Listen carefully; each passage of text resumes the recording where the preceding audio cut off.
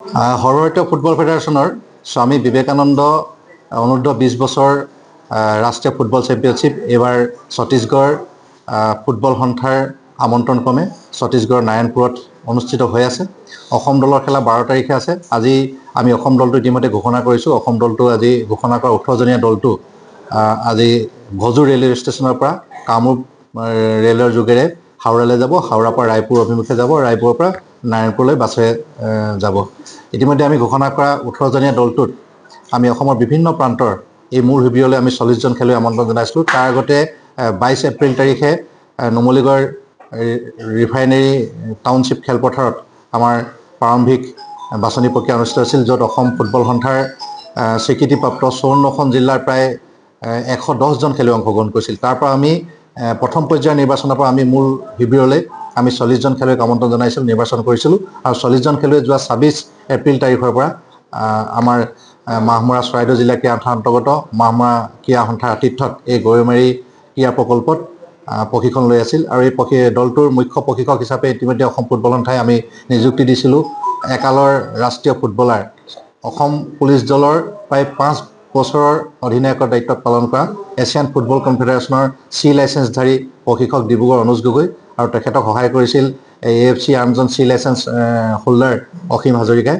তাৰোপৰি আমাৰ ৰাষ্ট্ৰীয় খেলুৱৈ অনুপম গোহাঁই আছিল, আৰু আমাৰ প্ৰাক্তন ৰাষ্ট্ৰীয় ফুটবলাৰ তথা একালৰ অল ইণ্ডিয়া দলৰ খেলুৱৈ অল ইণ্ডিয়া দলৰ অৱসৰপ্ৰাপ্ত বিষয়া অনিল বৰগোহাঁইদেৱেও আমাক সহযোগিতা আগবঢ়াইছিল। আমি আজি যি 18জন খেলুৱৈ দলটো ঘোষণা কৰিছোঁ, তাৰে আমাৰ গলৰক্ষক হিচাপে 2জন আছে, চিন্ময় ৰাজবংশী নলবাৰী আৰু প্ৰিয়াংশু কোঁৱৰ নাজিয়া।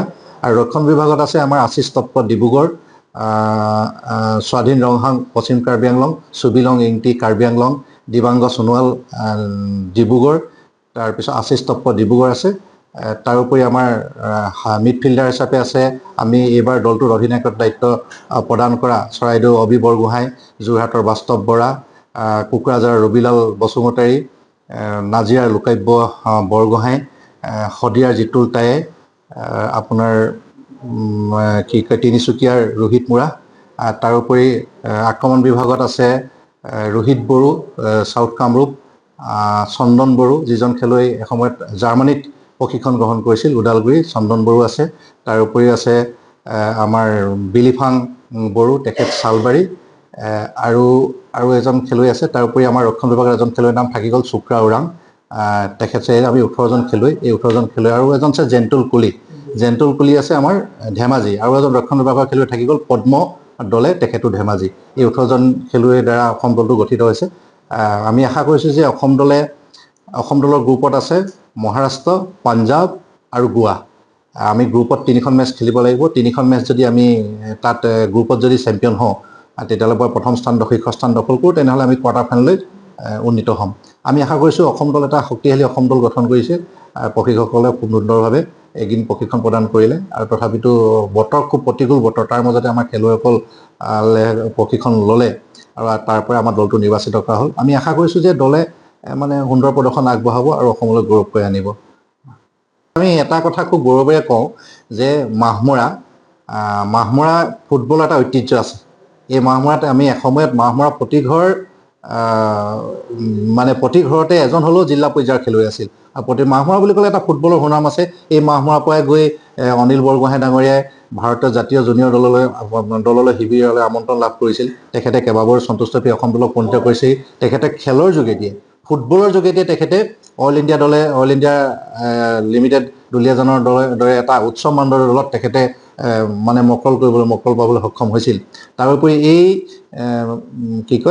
মাহমৰাৰ পৰাই যোৱাবাৰ সন্তোষ ট্ৰফী অসম দলত অনুপম বৰগোহাঁইৰ দৰে খেলুৱৈ ইতিমধ্যে প্ৰতিনিধিত্ব কৰিছে। তাৰোপৰি যুৱৰাজ বৰগোহাঁই আছে, আৰু এজন খেলুৱৈ ৰিলায়েন্স ফাউণ্ডেশ্যনত আছে আমাৰ কি ৰাজকুমাৰ সমীৰ বৰগোহাঁই, সমীৰ ৰাজকুমাৰ, ঠিক আছে, সমীৰ ৰাজকুমাৰ, তেখেত ইতিমধ্যে তাৰপিছত পল বৰা এইবাৰ 7 মানে তেখেতে যিটো ইণ্ডিয়ান স্কুল টীমলৈ তেখেতে আমন্ত্ৰণ লাভ কৰিছে। তাৰোপৰি ইয়াতে আৰু খেলুৱৈ আছে। ইয়াত আমাৰ এথলেটিক্সৰ কি আছিলে নামটো, তিলু গগৈ, এসময়ত সুদক্ষ খেলুৱৈ, ৰাষ্ট্ৰীয় খেলুৱৈ তিলু গগৈ এই মাহমৰাৰ পৰাই জন্ম। আৰু মাহমৰা অকল এইটো মই এটা কৈ গৌৰৱ অনুভৱ কৰিছোঁ যে চৰাইদেউ জিলা ক্ৰীড়া সন্থাৰ অন্তৰ্গত আমাৰ চৰাইদেউ জিলাৰ এটা অতি গ্ৰাম্য অঞ্চল। এই গ্ৰাম্য অঞ্চল মাহমৰা সমষ্টি হিচাপে বিখ্যাত অসমত। মাহমৰা অকল ক্ৰীড়া দিশতে নহয়, সাংস্কৃতিক দিশতো মাহমৰা এটা নাম আছে। মই এই বিষয়টো আপোনালোকৰ মাধ্যমৰ যোগে এইকাৰণে কৈছোঁ যে অসমৰ এজন প্ৰখ্যাত সাংস্কৃতিক কৰ্মী, এজন মানে ভাল বিহু, অসমৰ শ্ৰেষ্ঠতম বিহুৱা ৰঞ্জিত গগৈৰ জন্ম এই মাহমৰাতে, ফিৰোজ কোঁৱৰ এই মাহমৰাতে জন্ম, আমাৰ খগেন গগৈ এয়া লাংপতীয়া মাহমৰাৰ ওচৰৰে লংপতীয়াতে তেখেতৰ জন্ম। আমি সেইকাৰণে কৈছোঁ যে এইটো অঞ্চলৰ পৰা আমি অসম ৰাজ্যিক দলৰ দৰে এটা দলৰ প্ৰশিক্ষণ লবি এইবাৰ মাহমৰা নৱনিৰ্মিত গৰৈমাৰী ক্ৰীড়া প্ৰকল্প অনুষ্ঠিত কৰাৰ আমি নিজে গৌৰৱ অনুভৱ কৰিছোঁ। আৰু আমি অসম ফুটবল সন্থাৰ ফালৰ পৰা আমি মাহমৰা ক্ৰীড়া সন্থা আৰু চৰাইদেউ জিলা ক্ৰীড়া সন্থাক ধন্যবাদ আৰু কৃতজ্ঞতা জনাইছোঁ। লগতে সমূহ মাহমৰাবাসী ৰাইজক আমি কৃতজ্ঞতা জনাইছোঁ। নহয়, আজি দলটো যিহেতু ইয়াৰ পৰা বহিৰাজ্যত খেলিবলৈ যাব, আমি যিহেতু মাহমৰা অঞ্চল আৰু চৰাইদেউ এটা অতিথিপৰায়ণ খুব এটা নাম, অতিথি আপ্যায়নত এটা খুব নাম আছে। যিহেতু অসমৰ বিভিন্ন জিলা, আপুনি আজি যদি দেখা পায় শদিয়াৰ পৰা কোকৰাঝাৰলৈকে, এইফালে কাৰ্বি আংলঙৰ পৰা ওদালগুৰিলৈকে আমাৰ গোটেই অসমব্যাপী আমাৰ খেলুৱৈ 18জন খেলুৱৈ ইয়াত আছে। আৰু গোটেই খেলুৱৈসকলক শুভেচ্ছা জনোৱাৰ নিমিত্তে চৰাইদেউ জিলা ক্ৰীড়া সন্থা আৰু মাহমৰা ক্ৰীড়া সন্থাই তেখেতলোকক অসমৰ স্বাভিমান এখনি গামোচাৰে তেখেতলোকক শুভেচ্ছা জনাব। ইতিমধ্যে মাহমৰা ক্ৰীড়া সন্থাৰ সম্পাদক মণ্টু কোঁৱৰ আছে আৰু চৰাইদেউ জিলা ক্ৰীড়া সন্থাৰ সাধাৰণ সম্পাদক মইদুল ইছলাম বৰা আছে। দুইজনে ইতিমধ্যে আহি ইয়াত উপস্থিত হৈছে। তেখেতলোকে খেলুৱৈসকলক যাত্ৰাৰ প্ৰাক মুহূৰ্তত তেখেতলোকক শুভেচ্ছা জনাব। এখন অসমীয়াৰ স্বাভিমান এখন গামোচাৰে তেখেতলোকক মানে শুভেচ্ছা জনাব। যিকোনো খবৰৰ বাবে যোগাযোগ কৰক আমাৰ এই নম্বৰত 9181 307 221।